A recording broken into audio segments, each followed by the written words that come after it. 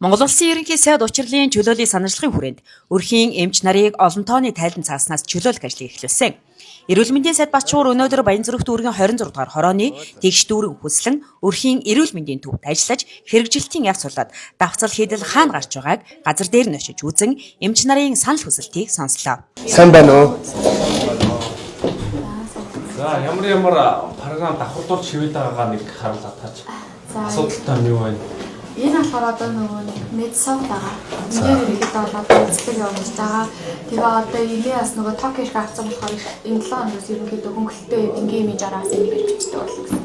Одоо энэ болохоор зөвхөн нөгөө хуучин ийл хөнгөлөлтөө имиж бичиж байгаа. Энийгээр бол зөвхөн хөнгөлөлтөө имиж бичиж байгаа өөр юм болохгүй. Энэ дээр болохоор одоо нөгөө өдрийн эмчилгээ, хэвтэ эмчлэл, химийн эмчилгээ тэгээд ерөнхийдөө амбулаторийн үзлэг хийгдэж байгаа. Тэгээ бусад бүх үзлэгийн медсовтоор явдаг. Танайх одоо тэгээд жишээлбэл одоо юу дүүргийн эрүүл мэндийн газар юу шаардаж асуугаад байна. Төв рүү.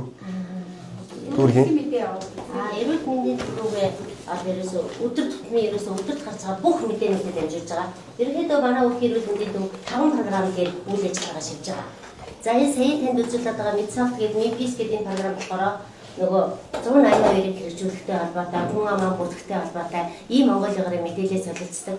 Тэгээд хэлний хувьдлаараа аймаг санаагч монгол хэлтэй. Тэгээд бүсийн бэрхшээлтэй нэ үрдэл ядгуурдаг цусны бүлгээр нь бүх зүйл дээр нь ингээд одоо ингээд хөгжүүл хийгээд явж байгаа медицин програм. Эрүүл мэндийн сайд Батчуур тайлангийн давслыг бүр мөсөн арилгах, захимжилтыг эрчимжүүлэх ажлыг идэвхжүүлж байна. Эмч мэргэжилтнүүд олон тооны тайлан цаасны ажлаас чөлөөлөгдснөөр иргэддээ эрүүл мэндийн анхан шатны тусламж үйлчилгээг илүү чанартай, хүртээмжтэй хүргэх боломж бүрдэж, лавлгаа шатлалын эмнэлгийн ачаалал тэр хэрээр буурах боломжтойг онцоллоо. Дөрвөн төрөл тусламж үйлчилгээ өрхийн эрүүл мэндийн төв хийснээр ер нь аюул том хаалга орчин үр гүйцэтгэв.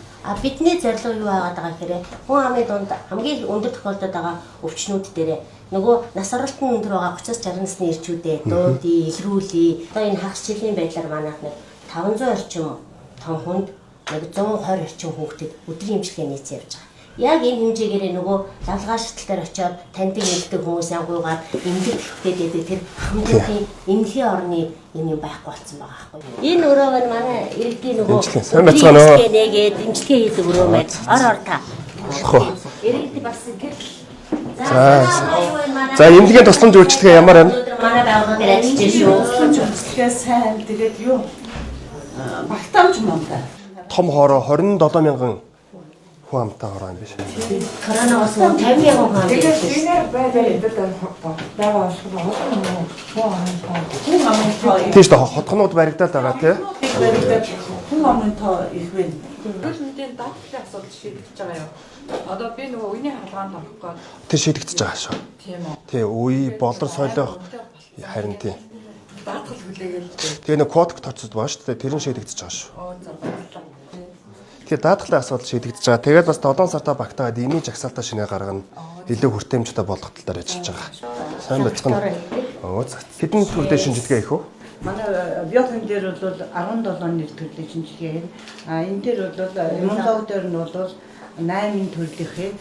Гематолог бол ерөнхийдөө өөрийнхөө үзүүлэх тэрэл үзүүлэлт гаргачихдаг. Дээрээс нь шинжилгээний өргөжсөн бүгд байгаа. Төрөлсөн шинжилгээнүүд дээр бас хүн амынхаа өвчлөлтэй холбоотойгоор зөв судалсан чихрийн шижин сүүлийн үед бас хүн амын дунд бамбаа өвчлөхөнд дутагдлыг болсон. Бамбаа үзэлтүүдээ үзэж байгаа. Тэгээд төрөлсөн шинжилгээнүүдийг бол хавдар өвчний төрүүлэх шинжилгээнүүд зургийг хийж байгаа. Тэгш дүүрэн хүслэн өрхийн эрүүл мэндийн төв Баянзүрх дүүргийн 26 дугаар хорооны 27,000 иргэнд эрүүл мэндийн анхан шатны тусламж үйлчилгээг үзүүлж байна. Иргэдийн дунд элүүлэлжийн таргалалт, чихрийн шижин, даралт ихсэлт, цаашлаад хавдрын өвчлөл өндөр байна. Энэ нь зөвхөн 26 дугаар хорооны иргэдийн дунд байгаа нийтлэг өвчлөл бус улсын хэмжээнд байгаа асуудал тул анхан шатны эрүүл мэндийн байгууллагууд болох өрх хороо дүүргийн эмнэлгүүд иргэдээ өвчилж хүндрэхээс өмнө оншилж эмчилдэг байхыг эрүүл мэндийн сайд чухалчилж анхан шатны эмнэлгүүдийн тусламж үйлчилгээний санхүүжилтийн асуудлыг оновчтой, хүртээмжтэй болгох тал дээр шат дараатай шийдэл гаргаа ажиллаж байгаа. Өрхийн эмнэлгүүд 2 төрлийн санхүүжилт авдаг. Нэгдүгээрт норматив санхүүжилт буюу хорооны иргэдийн тоон суурилсан санхүүжилт. Үүнийг 30% нэмсэн. Хоёрдугаарт эрэгтэйчүүдийн өвчлөлт нас баралт өндөр байгаа тул эрэгтэйчүүдийг урьдчилан сэргийлэх үзлэг онцлогоонд хамруулснаар 110% хүртэлх санхүүжилтийг олгохоор шийдвэрлээд байгаа. Энэхүү анхан шатны тусламж үйлчилгээг сайжруулах, өрхийн эмнэлгүүдийг чадварчуулах тал дээр эрүүл мэндийн сайд онцгойлон анхаарч ажиллаж байна.